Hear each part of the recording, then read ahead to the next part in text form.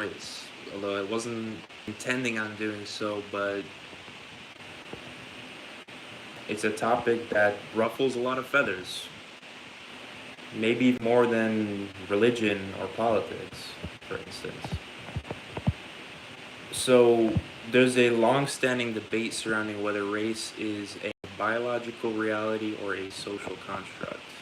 Um, People can see the clear phenotypic differences between peoples of the world, but their interpretation of others is often less objective than we may be led to believe in many cases. But it really depends. There's gradations of objectivity, I suppose. Some interpretations are more realistic, I guess you could say, but let me provide some examples. So, the ancient Europeans, you had hunter gatherers, for instance. They were described as being a bit darker, but having light eyes, right? They intermingled with Anatolian Neolithic farmers who probably had light to olive skin and dark wavy hair. So, this mixture created peoples who have uh, light skin, whether it's pale, olive, red, beige, and every. Some people consider them variants of white. Some people see them as not white, or this skin color, this tone is the real white, or this one is not. You had different types of hair textures: wavy, straight, curly. You had tall stature, short stature. People who are hairier, less hairier, beards. Some people can't grow beards. But blue eyes, green eyes, hazel eyes, even some yellowish looking eyes, brown eyes, almond shaped eyes, round eyes, deep set eyes, lactose tolerance, lactose intolerance, just so many different genes and single nucleotide polymorphisms, even within a population inhabiting the same geographical proximity. I mean, so many ethnicities can be localized to one geographical proximity. In Europe, at one point, you had Celtic people practically everywhere. You had Germanic people across long swaths of different regions, or various different tribes of people, nomadic tribes from the Near East, from Central Asia, right? Some visitors, some remained, some intermingled, some enslaved, so on and so forth. Just like different populations migrated across Europe and in different parts of Asia, and that's why you see so many languages are similar, like English, Latin, Persian, so on and so forth. But you had these Neolithic farmers, and then the Yamnaya people, who were steppe herders. They domesticated horses. Their ancestors were ancient North Eurasians from Siberia, who were like, I think, a fourth East Asian in their ancestry, and they mixed with Caucasus hunter-gatherers.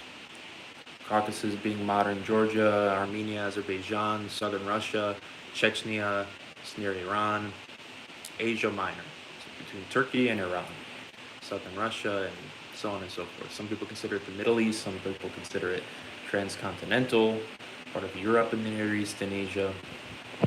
Again, Turkey, what is today Turkey, was the Byzantine Empire, it was the Hittite Empire. Things changed, people migrated. But these different populations intermingled. It gave them different traits. But most people will consider them white. Sometimes white is defined as European. Sometimes white is defined as pale skin, light hair, light eyes. Sometimes white is just considered being light skinned. Now, outside of Europe, there's a lot of light skinned populations. Many of which have dark hair and dark eyes, some of which are even ginger. You can find ginger Assyrians. You can find red-haired Uyghurs in China because they have Tokharian ancestry. You can find Finno-Ugric Udmurts in Russia that have more instances of red hair, Finno-Ugric people with Siberian ancestry, than a lot of Irish and German people. Red hair is really rare in Eastern Europe, but Ashkenazi Jews often have a lot of red hair. So you find different ethnicities in different regions of the world kind of cohabitating. but Europe is typically regarded as white or white, quote, white adjacents, like the president of Syria, Bashar al-Assad. I should have pictured this some. They said he just looks like a Jewish guy. I mean, he's got blue eyes and dark hair. He kind of looks like a Frenchman almost, one could argue. But in some sense, you could say he looks Middle Eastern, but he has those types of features associated with being white. Now, the interesting thing is East Asians, apparently like Chinese, Japanese, Siberians, they actually developed the genes for light skin long before Europeans ever did. Um, but they're not considered white. Nobody in their right mind would consider like a Chinese person white. But they apparently had lighter skin long before the ancestors or some of the ancestors of the Europeans, rather, right? And you go to South Africa, the San people of South Africa, they have very Asiatic features, right? They have afro hair. People, a lot of Finns, a lot of Northern Scandinavians, a lot of Laplanders, a lot of Russians.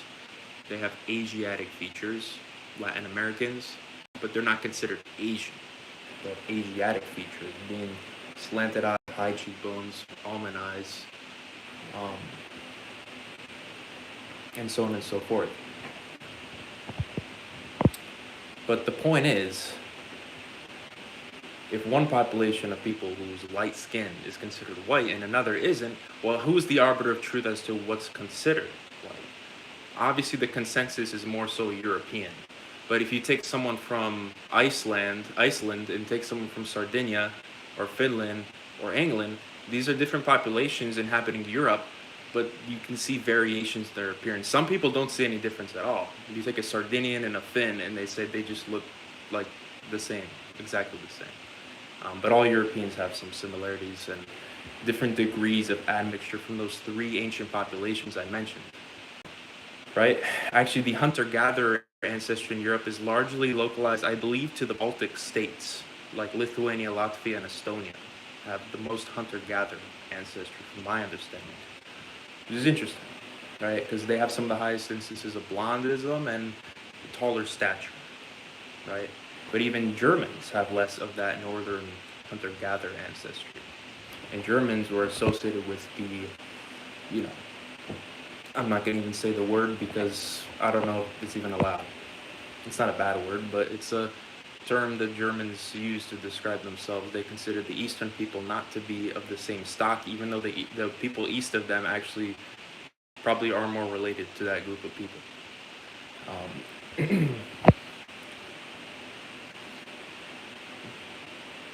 But yeah, let's give another example here about how some people consider a social construct that kind of plays upon biology, I guess you could say. Like, I don't even want to say his name. There's a gentleman, I'll say I'm not saying his name because I have like any personal animosity against him. I just don't want my channel to be taken down or censored. But let me change his name a little bit so that I don't get censored. I'm not necessarily advocating for or against him. I'm just trying to give an example to their point about the interpretive nature of race. How can I say his name? Okay, you know what? This is gonna sound stupid. Nick Muentes. So this guy, his family's from Latin America. I'm not sure if he has a Latin American, Italian, Latin American being Spanish, Native American, but also Italian and Irish background. And he's like an advocate for his race. Like his videos are largely about race. And he, on the one hand, he's a white guy. On the other hand, Nick Fuentes' family is from Latin America. So some people don't consider him white because of his last name and the fact that he knows Spanish. And some people consider him white because he's white with brown hair and green eyes. So it's kind of silly how he gets to, if he wanted to, he gets the benefits of being white and being a person of color at the same time. So if you have white skin and you speak Spanish, then you can claim to be a person of color. That's how the racial logic in America works. But some people say it's because, it's Anglo-America, whatever. But you can make the same case. Well, nobody's white as a sheet of paper. Um, an albino African doesn't look like a European.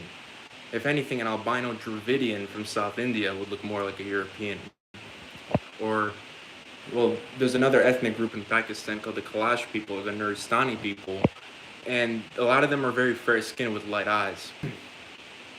But, you know, they could look more adjacent to a European or a Syrian, Bashar al Assad. But even some Europeans, like I said, even in my own family, we got people who are blonde with blue eyes, we got people who are dark with very swarthy tan skin that got lighter as they age. And we all have the same genetics. Maybe there's some variants out there that aren't detected, but even within one family can be very diverse.